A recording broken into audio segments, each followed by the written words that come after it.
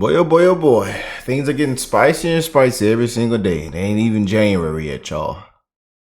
But hey, man, we got some more news on the Biden crime family. On these lying Democrats. We got the patriot himself, Ron Desantis. Let's go and jump into this, man. Make sure y'all hit that like button, subscribe to the channel if you're new here so you don't miss a video. And I want to send my love and prayers to you guys in these crazy dark times that we are living in, man. One love to the human race. As simple as that, man.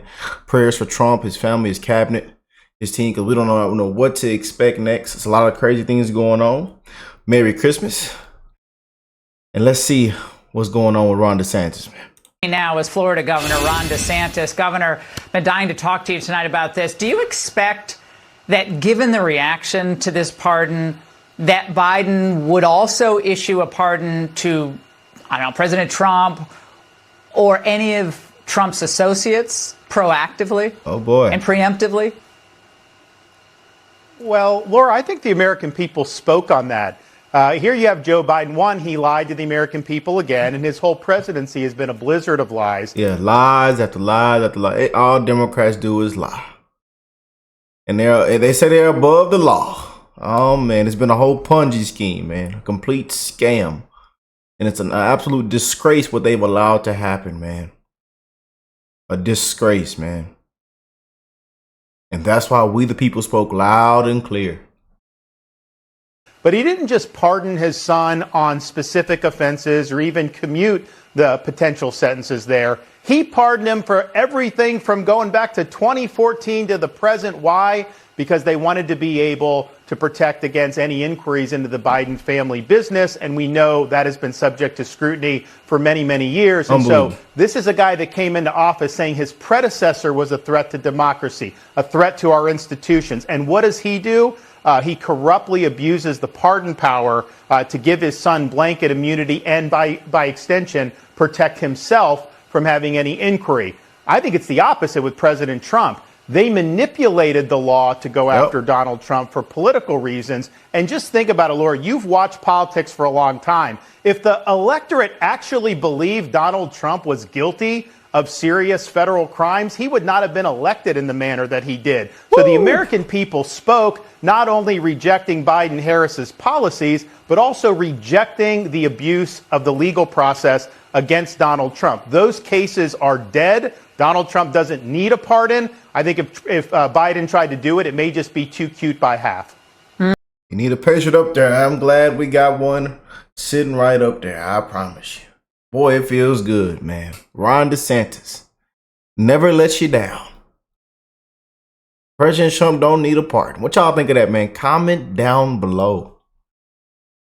We need some pay. And that's one reason why Fox is winning. This is why Fox is winning. I keep telling y'all why MSNBC, CNN, ABC, all of them. We showed y'all in the previous video where on the chart where they rank and why CNN and especially MSNBC are at the bottom and Fox and ESPN is in the top two. I wonder why. I wonder why. We know why. Governor, Pam Bondi is, of course, the president's nominee to be Attorney General. She was Attorney General, obviously, of the great state of Florida. How do you expect her to take on what is desperately needed, a reform of the DOJ, and obviously a nominee for the FBI, Cashapp Patel? But let's start with Bondi. Well, I think the mission there is to understand that this is an institution that's run amok. And you got to go in there, and I think Pam will. Don't try to be liked by the bureaucrats. Expect to be attacked relentlessly by the corporate press. And know that when that happens, that's a badge of honor. That means you're doing the right thing.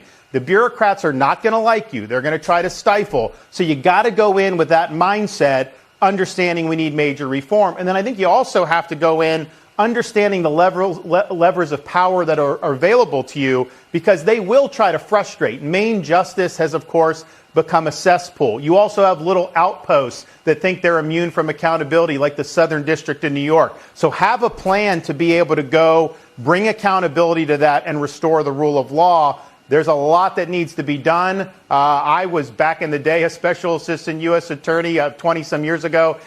It was an institution then I think we thought of a lot differently than now. So just understand, this isn't your father's DOJ. This is an institution run amok.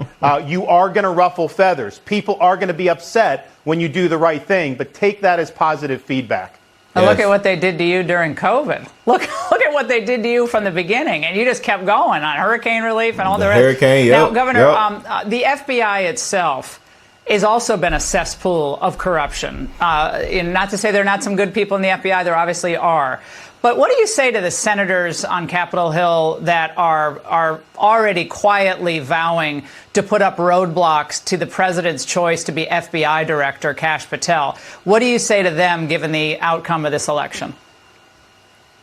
So, one, I think you do owe the president a great deal of deference on his picks.